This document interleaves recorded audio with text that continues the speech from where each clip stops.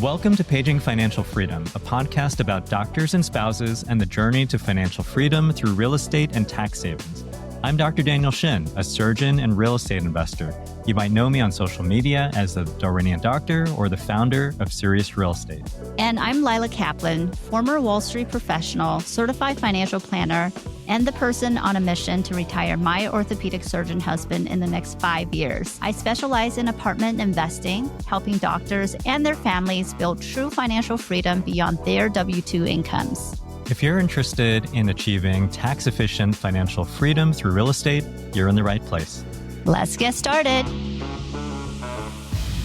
Welcome back to another episode of Paging Financial Freedom. I'm one of your hosts, Dr. Daniel Shin, and I'm joined today, as always, by my co-host, Lila Kaplan. Hi, everyone. Today, we are joined by Dr. Olga Deengar. So I wanted to just do a quick little intro for you, if that's okay, and then I'm looking forward to our conversation today. Yeah, absolutely. I'm excited to be here. Dr. Olga Deengar is also known as Coach Olga, MD. Board-certified internal medicine physician, certified life coach, and host of the Coffee Playdate Podcast. And I was really happy to go onto your podcast a little while ago. We had a really fun episode together, so I'm really happy to have you back on our podcast today. So, Olga, tell me a little bit about your podcast. It sounds pretty fun to me. Coffee and Playdate? Those are my two favorite things. I love drinking coffee. I'm a cappuccino girl. And I love play dates. I have 3 boys. They're 6, 3, and 1. So I'm, right in the thick of it. We have a lot of playground time and lots of different play dates around our city here. So I just wanted to merge those two things and make the podcast into like a fun game while we sip on coffee. So as Daniel knows, I ask a few interesting questions to start off and kind of make the mood a little more relaxed. And the podcast really is geared towards aspiring entrepreneurs to help kind of inspire them and give them a little bit of that motivation that they might be missing by looking at other people who are successful, who have done well in their respective fields. And most of my guests have been doctorpreneurs, which has been so incredible to hear their journeys. Olga, I have 3 kids too, 6, 5, and 3. So we're almost around the same ages. Yeah. How do you like it? Definitely chaotic. We do have a little bit of help at home with a live-in au pair. But overall, I love it. I'm an only child, so this whole sibling dynamic is definitely something new to me. But, I came from a corporate career, and so I love doing what I'm doing, transitioning from corporate to, as you put, entrepreneurship. And, it's fun every day. All right. So, a big focus of our podcast, we talk a lot about real estate and investing, but at the core of it, it's about this sort of like journey through life and one's career into entrepreneurship and financial freedom, really. If we could just go a little bit back to your history, I read that you were actually born in Russia. Is that correct? I was, yeah. I was born in the USSR, which doesn't exist anymore, obviously. And we moved from there when I was 3 years old. Then I actually grew up in Israel. So I spent 7 years there. And then when I was 10 years old, I moved to Canada, and I'm Canadian. That's where I spent the majority of my adult years. And are you still in Canada now? Where are you located? No, I live in Florida. I've been here since 2024. And when I go through the history here, it looks like a lot of the background in terms of the training for medicine happened outside of the U.S. and some of it happened in the U.S. Could you go through that part of your life as well? Absolutely. So I actually met my husband in the library of our medical school in the Caribbean. It's a place called Seba University School of Medicine. And we immediately connected over our interests of music. So we both like electronic dance music, and we had literally the exact same iTunes library of our favorite artists. What we didn't know at the time is that we actually lived 10 minutes apart back in Toronto, our parents' homes. But we've never met, which was wild because when we added each other on Facebook, we had like 50 or more friends, mutual friends together. So I think it was really meant to be. And then we did our internal medicine residency in Connecticut at a place called Norwalk Hospital. And that's a program affiliated with Yale University. It was a great training program. And then I stayed on in Connecticut to work as a full-time hospitalist in one of the rural community hospitals there. And I loved that job while my husband was pursuing a fellowship in pulmonary critical care at the University of Connecticut. So Connecticut also plays a big part in our lives because we spend a lot of time there. And that's actually where we had our first son. He was born in the midst of COVID, like the peak of COVID, 2020, and we had no family around. The borders were closed. There are a lot of travel restrictions, and we didn't know what to do. I mean, hiring a nanny on a resident salary is like financial suicide. It's a lot of money, especially with all of the hours that we had to put in our residency. So I decided to take a few extra weeks off from residency to be able to take care of our son at home, which was a tough decision. But once I got back, I had to make up, all of the different ICU shifts, and we still had 24-hour call in the ICU every 3 days. We had long ward shifts. So trying to raise a little newborn, like a 6-month-old, while working 18 plus hours a day with the commute and everything, it was not practical. So we had to actually send our son to Canada for 6 months, and this is our first son, to live with his grandparents, because we just couldn't do it. That's rough. Yeah. I mean, being a new mom in the midst of all this and then having to do residency, I mean, that's a tough job. At least I had my parents around, but man, you guys went through a hard time there, and especially around COVID as well. Yes, exactly. It was it was heartbreaking. I cried for like a week. I really couldn't believe we had to do that, but it was in his best interest, and he came out just fine. He turned out fine. He's very happy now, and I'm just happy that we're able to be together as a family. Wow, what a heartbreaking decision that you had to make. And I feel like certainly some of that was the particular circumstances of COVID, but I also feel like you were both in training at the time, and the medical training system is so unforgiving that it makes you make a lot of these really, really tough decisions. I think in my family's case, we would certainly have had children, I think, a few years earlier, if not for my 6-year urology residency. We, wanted to wait until years 4, 5, or 6 before having our first kid because we knew that in the first few years, you're really not, I was like an absent husband, basically. So we waited, and then, you get older, it gets harder to have kids. So certainly that played a role as well. So after you had that really challenging situation during COVID, how soon afterwards did you decide to have more kids? And what part of your sort of training or career were you in at that time? Yeah, so our second son was born 3 years later in 2023, and I was a full-time hospitalist in Connecticut still at the time. And I was working a lot of hours. I was putting in about like 60 to 70 hours being a newer hospitalist, getting into the workflow and just trying to adapt.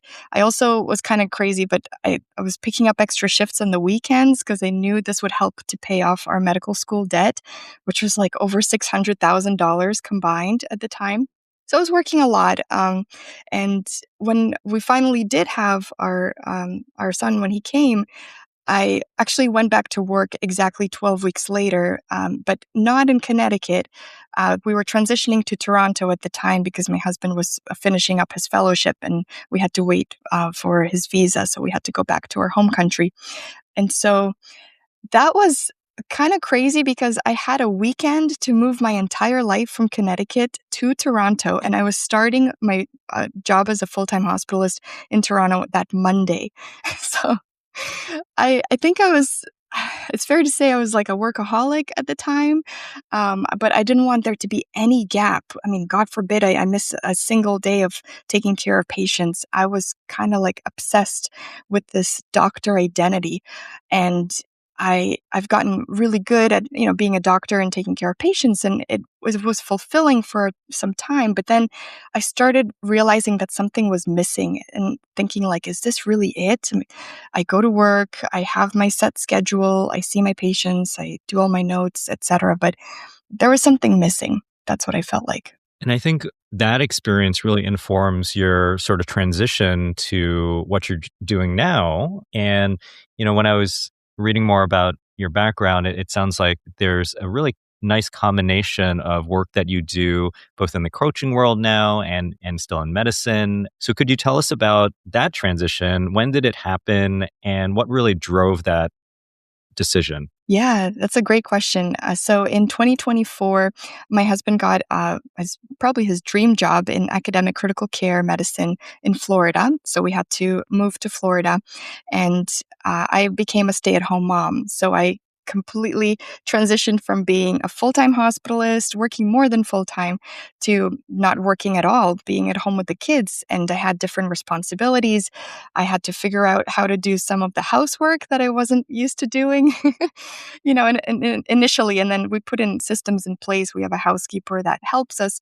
But that was a really tough identity shift for me because I just wasn't used to it. And luckily, I was working with a life coach at the time, and she taught me the cognitive behavioral model, which is, whatever situation, whatever circumstance you're faced with, you can think about it in a different way. You could choose your thoughts around that, which then reflects what your feelings will be and then translates into what actions and results you get. And once you figure that out, you can transform your entire life, and the coaching is just such a powerful tool to do that. So in 2025, when I delivered my third son and I was actually hospitalized with a bloodstream infection after the delivery, I was stuck in the hospital for 5 days, 4 nights on broad spectrum IV antibiotics. I felt like a prisoner because just wasn't used to it. I was usually the doctor taking care of the patient. I wasn't ever really the patient before that. And I just felt really trapped. So I had to really use all of the mindset techniques and all the coaching that I received to try to get myself through that period in my life. And I did. And that's when I figured out if I can do it, anyone can do it. I can teach others how to do this. And that's when I started my life coaching business. I'm a life coach for women physicians and professionals, and I use a framework called the DAMA method. It stands for driven, aligned, building momentum, and taking action, which I think are the four main pillars of how you can set goals and achieve them in the way that matters most to you. So in a way that's very fulfilling and intentional. So that's what I've used in my life, and I've seen some of my clients, the big transformations that they had, especially when they were at crossroads in their lives. And I love it. I'm just so passionate about it, and I want to improve other people's lives in any way that I can. And if there's a way that I can help and serve others, like that's what I want to do. Yeah. And can you just talk a little bit more about the coaching program? I've never had a life coach. I certainly, have looked into it. How would your program help these women physicians? And I don't know if it's in particular practice or internal. I have tons of female doctor friends as well that have reached out to life coaches. So just would love to hear about your coaching program. Absolutely. So the DAMA method stands for driven, aligned, building momentum, and taking action. And that's what I use to help my clients get through any problem or any type of goal that they're working on. So first, we become driven. So figuring out what is it that you really want? What outcome are you looking for? And then taking a deeper dive in to see why do you really want this? I think Daniel has said it multiple times before. Really get honing in on that core why, asking yourself why over and over and over and over again until you get to the bottom of it, to the core reason. So once you figure out your compass and your North Star, this gives you a direction, something to work towards. Whether you have a goal to improve your relationships or change your career or whatever area of your life you're working on, you need to have a direction. So after becoming driven, we have to make sure that this goal aligns with your core values. Do you value quality time with your family? Are you someone who whose service to their community is very important to them. So everybody has different core values. And once you figure out if your goal truly aligns with that, you can then move forward to the next step, which is to build momentum by really taking that very first action step and figuring out, like, how am I going to make this happen? Well, you got to work backwards from your goal. I think that's the key, to really figure out where you want to be and then what action steps you need to take in order to get there. And once you take that first action step, the second one becomes a lot easier and smoother, and you just gain this confidence and your identity starts to shift. And that's when you get to where you want to be. And then the A stands for taking action. And this is where we take even more action to get you beyond the goal that you set for yourself. So really keep pushing for you to achieve the goals that you want.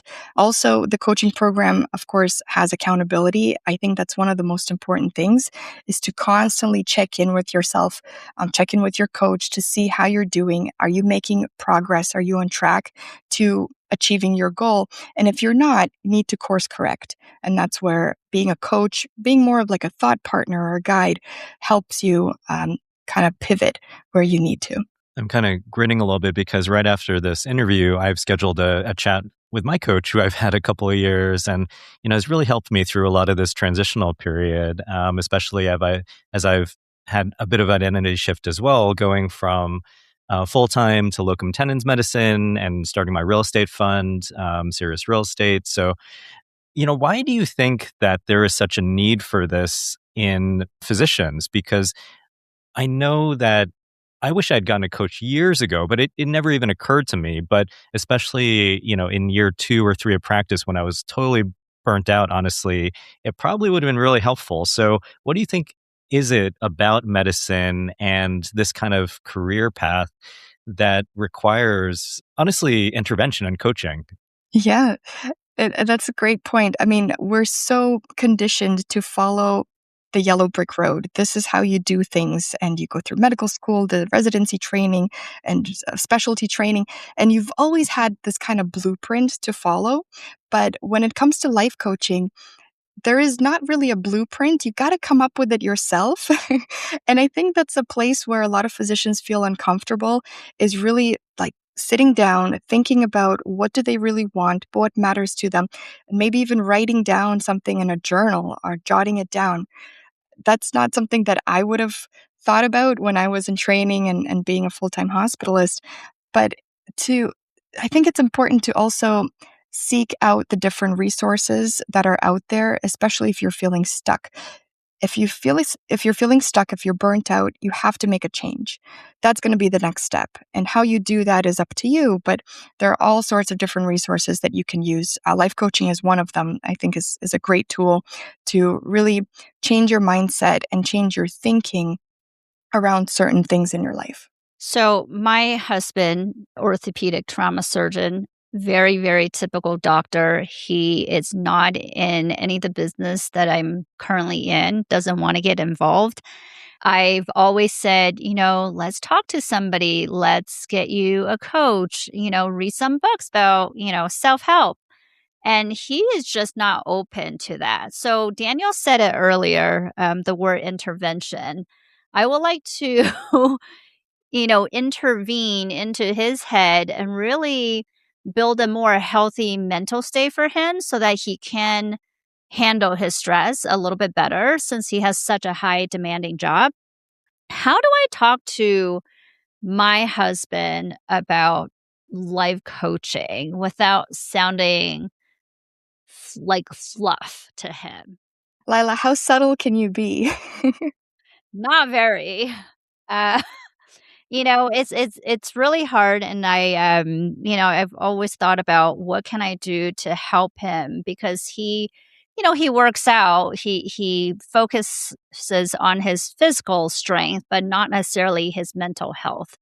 So, what can I do or say to my spouse to, get him to look into a different path of focusing not only about his body, but also his mind? Well, it depends what he would be open to. Is he someone that you think would be open to journaling or meditation or breath work? None of the above. No. He did a marathon last year, which I was very proud of. I mean, that takes a lot of like mental stamina as well. But besides that, maybe doing Peloton, he doesn't do anything else. I think what calms him, it's really traveling and cooking. He loves cooking, and I'm very blessed to have a doctor husband who actually is almost a Michelin chef. So, but I still would like to work a little bit up here rather than everywhere else. Perfect. So cooking and traveling, those are the two that he really loves. When he's cooking and you have a chance to be in the kitchen with him, around him, you can drop, questions. And if you ask the right questions, it would get him thinking in a different way. So you can ask, have you thought about what is one thing that you really want to do this year? Maybe it's a travel trip or something related to his career. And just ask him kind of where he's at with his goal. And then think about what are some ways that he can take the first action step that's needed. Maybe he's been putting back a project that he really was passionate about and wants to work on. Think about developing a plan for him to be able to achieve the result that he's looking for. Okay. I like that. Passion projects. Let me ask. I think it's right to highlight this difficulty because I remember when I was first thinking about investing money and thinking about real estate investing, my spouse, my wife, she's not in medicine, full-time employed. And I think in the beginning really thought that we would just both be full-time in our professional careers for the rest of our lives, 30 years, 40 years even. And having a shift of mindset that I sort of went through over a period of a year or two to a life where, I think I'm going to be spending a lot of my time outside of medicine doing other things and, becoming interested in creative pursuits and business creation. I think that was a really foreign concept initially. And it was not an overnight sort of transition, bringing my spouse on board. And I think it probably took a couple of years. So, I mean, I think it's right to bring up that this is kind of a subtle and kind of slow process. It's not necessarily overnight. Yeah, it's definitely a more of a marathon than a sprint. But Daniel, I am really glad that your spouse eventually got on board because that's not always the case, especially with having only one physician in the family instead of being like a dual physician family. But even then, sometimes it's hard to get both partners on board. So, one thing that I think would really be important, and I learned this from a very great book. It's called The Three Big Questions for a Frantic Family by Patrick Lencioni. And it talks about looking at your household or looking at your family as a business. So, what is your vision? What's your mission? What is a priority for your family in the next 3 months? And putting all of that together on a piece of paper, just writing it down, putting it on the fridge, and looking at it every day. And then, what's even more important and where you actually make the progress is by having like these accountability check-in sessions. So scheduling a 10-minute weekly meeting with your spouse to say, hey, we've made this plan. This was our goal for the next 3 months. Are we on track to achieve that? Are we going to get there when we think we're going to get there? So, and if we're not, we need to adjust accordingly. So I think that's really helpful is to think of your family as a business. I love that. I love that. And, one thing I wanted to just highlight, I was reading about sort of your approach in thinking about this. And we know that burnout is a really big problem in medicine. I've learned it's actually a big problem in a lot of professional careers. So, but specifically in medicine, a lot of the times I have these discussions with investors and they're like, I'm really burnt out. I'd like to start investing as a way to give myself sort of some breathing room later on, as almost as a path out of burnout. But what is it about medicine in particular, given obviously your background and your husband's background in medicine that creates so much burnout? And what do you think is the difference between sort of your subtle difference where you think of it as burn out? What is, or burn up, I think is the concept, right? Yeah. So, I mean, burnout is, I think, so burnout sucks. Let's be real. And the reason physicians get burnt out, and at least in my experience and speaking with my clients and seeing my colleagues go through this, is that the demands of being a hospitalist, being overworked, getting all of these extra patients that you're really not supposed to be getting, there's just such a shortage and such high demands on the physicians that it's hard for one person to handle all of the work that's being thrown at them. And that's where people get very discouraged. Like, why did I get into this field when I'm being overworked, I'm working nights, and I'm on call all the time, and this is not the life that I set out for myself? A lot of times, of course, this is more of a systems problem on a bigger scale.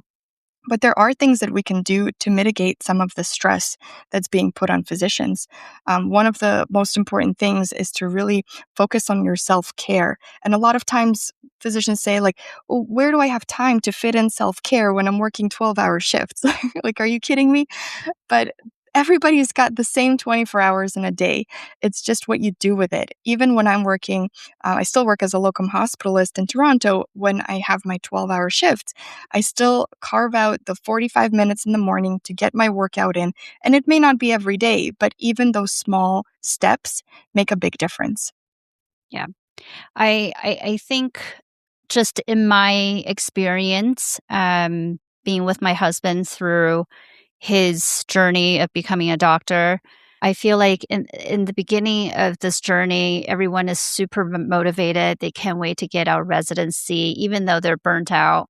And then as soon they become attending, they think about, well, how do I become financially free so I can take less hours, right? So can you talk a little bit about your maybe financial journey from the beginning? As a resident, you're definitely not getting paid a lot. Our experience has always been that as soon as they get into medical school and residency, you have financial advisors that's coming to you left and right, throwing you free dinner, free gifts, whatever it is, just to kind of hook you in on buying products. So what does financial freedom look like to you? How did you guys start and where are you now? And where do you want to be in the future? I know I asked a lot of questions, but maybe you can just kind of give us your experience. Of course, yeah. So financial freedom is something that I think we've achieved already in our lives, and I'm really proud of that. Financial independence is something that we're still working towards. But for us, I think figuring out solutions to the challenges that life presents you with is very key because you can always find a silver lining in every situation that happens to you. So, for example, when I transitioned to being a stay-at-home mom, I still wanted to keep up my hospitalist skills, and I became a locum hospitalist in Toronto. So I would fly to Toronto.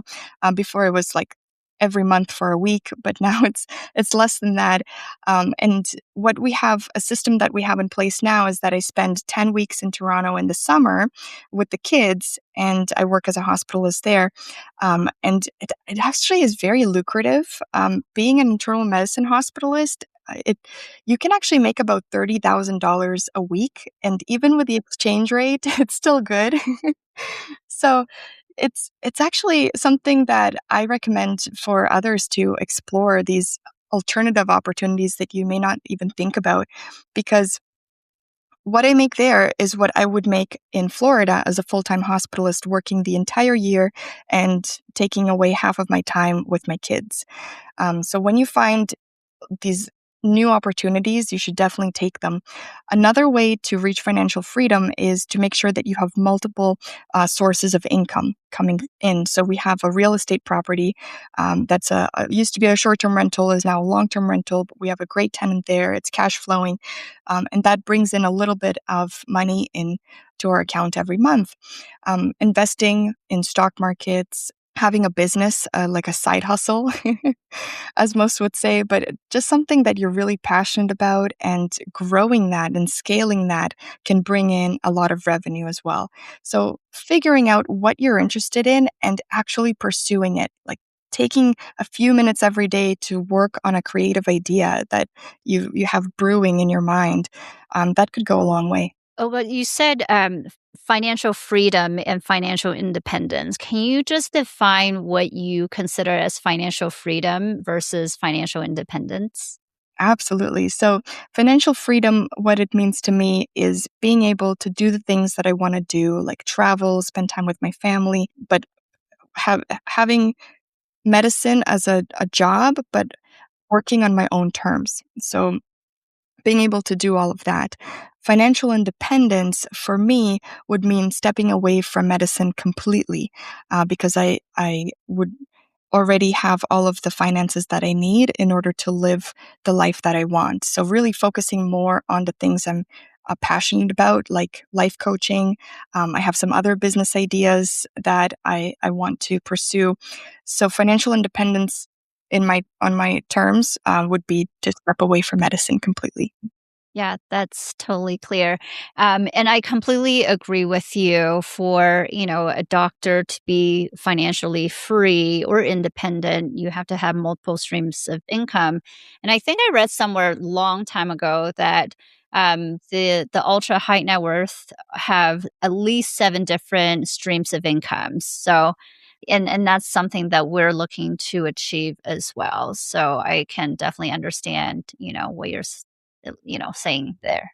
And I really like that concept of sort of differentiating between financial freedom and independence because honestly, I think the former is what most of my investors are going for. Most of my investors are physicians. And when I talk to them, it's not necessarily that they just want to hang up the shingle and go sit on the beach and drink tequila all day or something like that. I would. Well, there's something to that, but I think they actually just want to get more control over their day to day and be able to say no to that overnight shift and say, no, I don't want to cover the weekend. I'd rather be coaching baseball, for my kids or something like that. But they feel trapped both by their financial circumstances, their lifestyle, and their administration, where they feel like they don't have that control. And I think by making some smart decisions about maybe their contract or the way they practice medicine or their investments, they can really claw back that freedom, as you put it, to have better control over their day to day. So I think you really hit the nail on the head. So, Olga, who decides on finances in your household? It's my husband. So he makes the investment decisions and does all the finances. Well, he looks at the finances and the numbers much more frequently than I do. I like to focus on what are our travel plans gonna be because we love to take international trips as a family, and their getaway trips. But I mean, we do know how much money is going in and coming out, on a monthly basis, but he keeps very tight track of all of those numbers compared to me, who's a little bit more creative and wanting to do all of the things that we wanna do as a family. Daniel, I'm curious. What about you guys? I presume it's you doing the finances, but I don't know. I've never asked you. I am doing the finances, but I would say that if I was honest with myself, I wish my wife would do it and take it over because honestly, I feel like she has an MBA, for example. She has actually a much more natural aptitude with spreadsheets and things like that. I can do it, and certainly I look at a lot of spreadsheets now in my day to day, but I don't like stressing about the details, and by details, I mean, as long as there's the cushion in the account, as long as the credit card bills are being paid, as long as, all of our bills are being paid and we have enough money to invest and take care of our family and all that, I'm happy with that.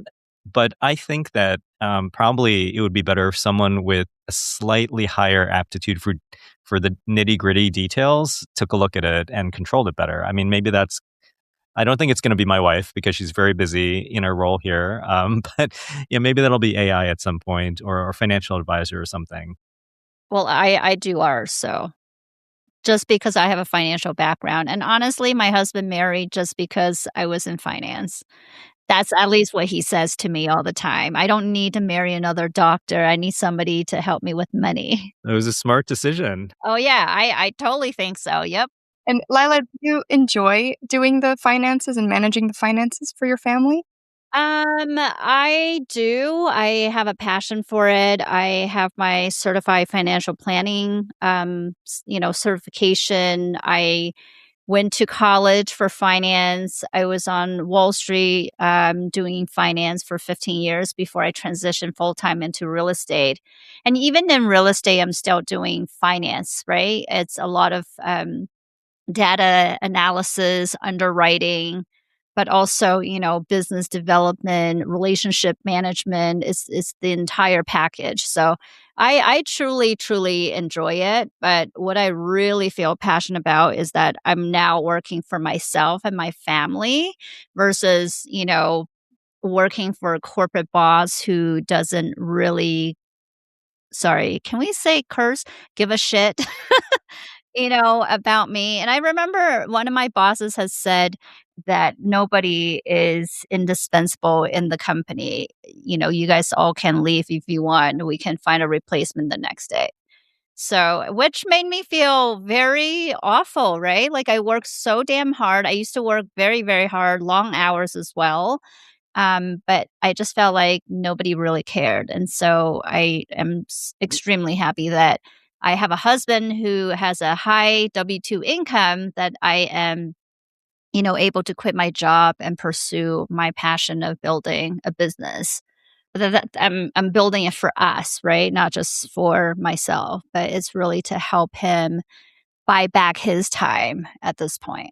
Lila, I think you touched on something that's really interesting that I've heard a lot recently, in that a lot of people who are in the workforce now, they feel a huge disconnect between the effort that they're putting in and the benefit that they're getting from it. Because, who really benefits from their effort? It's honestly, a lot of times these days, it's shareholders. It's, this sort of big corporate body that is just taking up all your effort. And honestly, I think people rightly feel in many times like they're a cog in this big machine that is benefiting someone else, honestly. So I think a sort of defining thread that I'm seeing that is common to all of us is actually a desire to build something yourself and put an effort in and get a reward back for it, and feeling like you've built something in this world. Are you guys seeing that these days? I hear echoes of this in the media a lot, and a lot of the things that I read.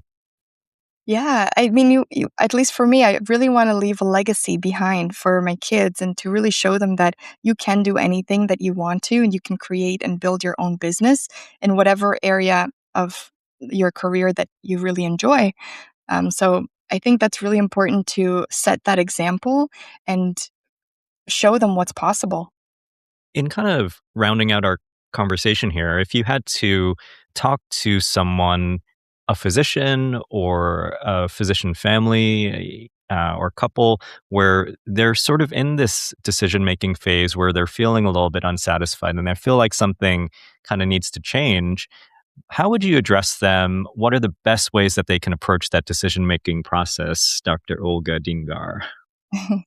I think the best question to ask yourself if you're in that type of situation is, what do I want my life to look like? What's most important to me? And once you figure out what really matters to you, then you can build on that. You can take the right action steps. You can find a community of like-minded physicians. Maybe you're interested in entrepreneurship. So you seek out all of the different resources that are available to you, but it really starts with figuring out, what is it that you want? Well, Dr. Deengar, it was really nice to meet you and getting to know you a little better. Thank you so much for being on our podcast, and we would love to, connect in the near future. Thanks for tuning into Paging Financial Freedom, where we help doctors and spouses like you take control of your finances, invest smarter, and build a life by design. If you enjoyed today's episode, don't forget to subscribe. Leave us a 5-star review and share this with someone who needs to hear it. And remember, financial freedom isn't just a dream, it's a decision. So let's get there together.